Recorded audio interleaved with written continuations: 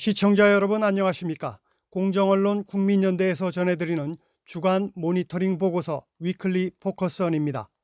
3월 첫째 주 모니터링 결과 모두 39건의 불공정 보도 사례를 적발했습니다. 방송사별로는 MBC가 23건으로 가장 많았고 CBS와 YTN이 각각 7건, 평화방송과 KBS가 각각 1건씩입니다. 지난 3월 5일 MBC 뉴스데스크는 자체 여론조사 결과를 방송했는데요. 일반 여론조사와 달리 사전에 선발된 패널을 대상으로 조사했습니다.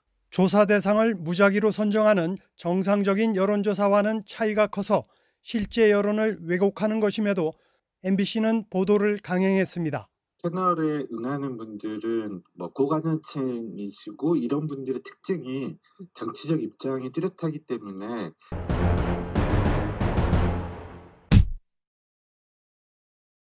통계의 기본이 무작위 선발을 통한 공정한 대표 집단의 구성인데 특정 정치색을 반영한 패널 조사는 이런 기본을 무시한 처사이자 특정 정치 세력에게 유리하게 여론을 조성하려는 의도가 개입될 여지가 아주 높습니다.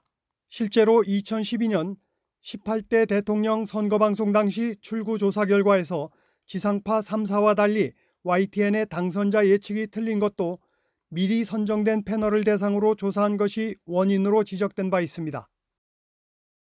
방송은 선거와 관련된 여론조사의 결과를 보도할 경우 그 조사의 공정성이나 정확성에 상당한 의심이 있을 때는 이를 방송해서는 안 된다라는 선거방송 심의 규정을 명백히 위반한 사례입니다. 지난 3월 6일 MBC 권순표의 뉴스 하이킥에서는 총선에 출마한 여야 후보를 연달아 인터뷰했는데요. 진행자가 정치적 중립을 벗어난 질문으로 정치적 편향성을 드러냈습니다. 권순표 진행자는 여당인 안철수 의원에게 공천 문제를 질문하며 자신이 원하는 답이 나오지 않았는지 두세 차례 강요하듯 반복했습니다. 진행자는 또 한동훈 비대위원장의 점수는 몇 점을 주겠냐고 물어놓고 안철수 의원이 A-라고 좋게 평가하자 자신의 질문을 부정하는 자가당착적인 모습을 보였습니다. 안 의원님 보시기에는 한동훈 비대위원장에 대한 점수는 몇 점이나 주십니까?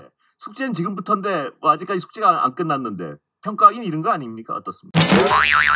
조국 신당에 대한 질문에서 안 의원이 부정적인 평가를 하자 진행자는 공감하는 국민들이 많다는 것 아니냐며 자신의 주장을 반복해 강요했습니다. 철학에 공감하는 국민들이 많다. 이런 뜻 아니겠습니까? 오히려 그래서는 국민들은 상당히 조국 전 장관 당을 지지하는 분들은 거기에 공감을 하고 있는 거 아닐까요? 그러나 야당인 이광재 후보에게는 한동훈 비대위원장에 대한 평가를 반복해 물으며 비판적인 답변을 유도했습니다. 뿐만 아니라 민주당 내부 문제, 즉 이재명 대표의 공천과 당내 갈등에 대해서는 앞서 안철수 의원 때와 달리 구체적인 사례도 언급하지 않았고 강요하듯 반복하는 질문도 하지 않는 등 편파적인 모습을 보였습니다.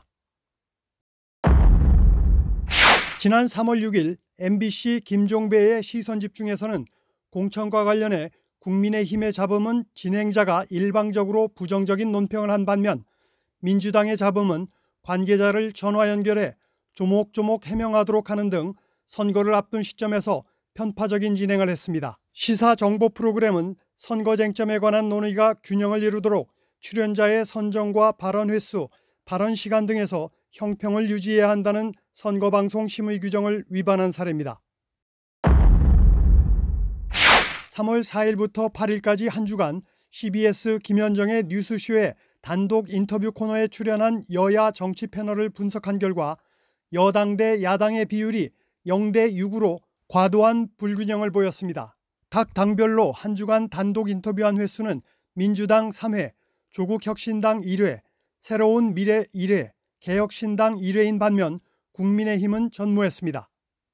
보다 상세한 내용은 공정언론 국민연대 인터넷 홈페이지에서 확인하실 수 있습니다. 시청해 주신 여러분 감사합니다. 오늘은 여기까지입니다.